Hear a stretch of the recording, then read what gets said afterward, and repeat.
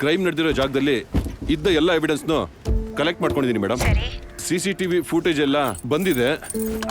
ಆ ಮಗುನು ಡಿಸ್ಚಾರ್ಜ್ ಆಗಿದೆ. ಮಗು ಮನೆಗೆ ಬೆಳಗ್ಗೆನೆ ಹೋಗಿ ಎಂಕ್ವೈರಿ ಮಾಡಿ ಸ್ಟೇಟ್ಮೆಂಟ್ ತಗೊಂಡು ಫೈಲ್ ಮಾಡ್ತೀನಿ ಮೇಡಮ್. ನನಗೂ ಇಲ್ಲಿ ಸೆಕ್ಯೂರಿಟಿ ಡ್ಯೂಟಿ ಮುಗೀತು. Okay madam. ನಾಳೆ ಬೆಳಗ್ಗೆನೆ ಅಲ್ಲಿಗೆ ಬರ್ತೀನಿ. ಬಂದ ತಕ್ಷಣ FIR ಫೈಲ್ ಮಾಡೋಣ. Okay madam. ಬುಡಕಟ್ಟು ಹುಡುಗಿಯ ರೇಪ್ ಕೇಸ್ ವಿಚಾರವಾಗಿ ಸರ್ಕಾರ ಸೂಕ್ತವಾದ ಕ್ರಮವನ್ನು ಕೈಗೊಳ್ಳಲಿಲ್ಲವೆಂದು ಬುಡಕಟ್ಟು ಜನಾಂಗ ಬೇಸರ ವ್ಯಕ್ತಪಡಿಸುತ್ತಿದ್ದಾರೆ. ಆ ಮಗು ಜೇನುತುಪ್ಪ ತಗೊಂಡು ಮಾರೋದಕ್ಕೆ ಸಂತೆಗೆ ಹೋಗ್ತಾ ಇದ್ಲು.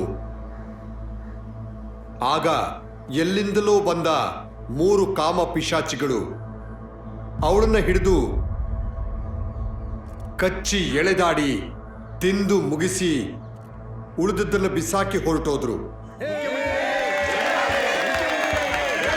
ಸರ್, ಕೆಂಪಿಂಗ್ ನಡೆದಿರೋ ಕತೆನ ಮುನಿರತ್ನ ಎಲ್ಲಾ ಕಡೆ ಹೇಳಿ ಅವ್ರ ದುಃಖನ ಹಂಚ್ಕೊಳ್ತಿದ್ದಾರೆ. ಜನರೆಲ್ಲ ಅವ್ರ ಪರವಾಗಿನೇ ನಿಂತಿದ್ದಾರೆ. ಆದ್ರೆ ನೀವು ಇದ್ರ ಬಗ್ಗೆ ಏನು ಮಾತಾಡ್ತಾನೆ ಇಲ್ಲ, ಯಾಕೆ?